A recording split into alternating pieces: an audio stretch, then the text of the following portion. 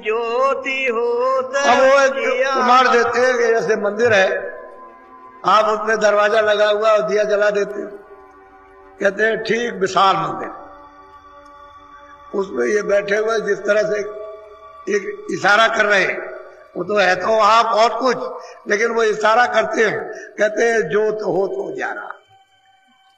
इस प्रकार का तीनों लोकों में मतलब एक उसका प्रकाश हो रहा, और उसके मुख से घंटा और शंख यानी अखंड बज रहा, कभी खंडित नहीं होता, और उसकी आवाज तुम्हारे कानों तक यहां तक आ रही है, लेकिन तुम्हारे कान बंद है इसलिए आपको सुनाई नहीं देता, और ये कान अगर खुल जाए जीवात्मा के तो साफ सुनाई देने लगे। जहां घंटा शंख बजता है वहां आरती अखंड और कीर्तन सदैव होता रहता है, और सदा वहां होता रहता है।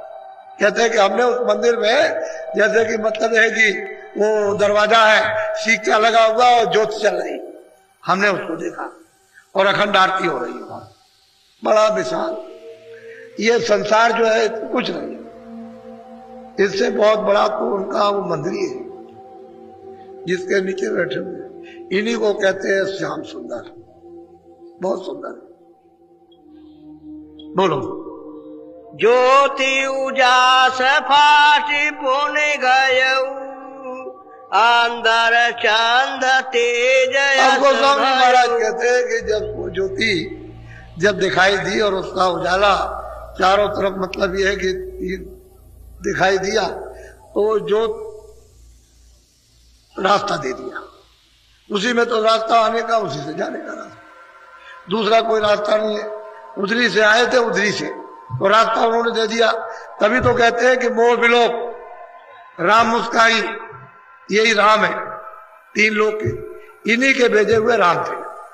वो नीचे मंडल से सूरत आई हुई थी, इन्होंने भेजा था काम के लिए, अपना काम किया। इसी तो जो उनकी भेजी हुई उनका अवतार कहलाती है। कहते हैं जो फट गई, यानी रास्ता दे दिया। जब उधर में पहुंचा, उस तरफ में, उधर मांझ सोनन नजराया, उस तरफ जब पहुंचा, उस पहाड़ को खड़ा हुआ। बोलो।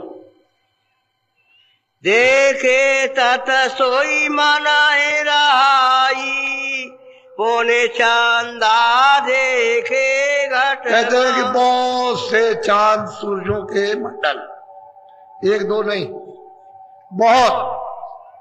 ये तो एक सूरज है, वहां तो अनंत सूरज मंडल है, तारों के मंडल किस तरह से चमकते हैं। यहाँ तो मतलब है कि हजारों नहीं करोड़ों खरबों सूरज निकल आए, वहां एक सूरज है तो उसके प्रकाश में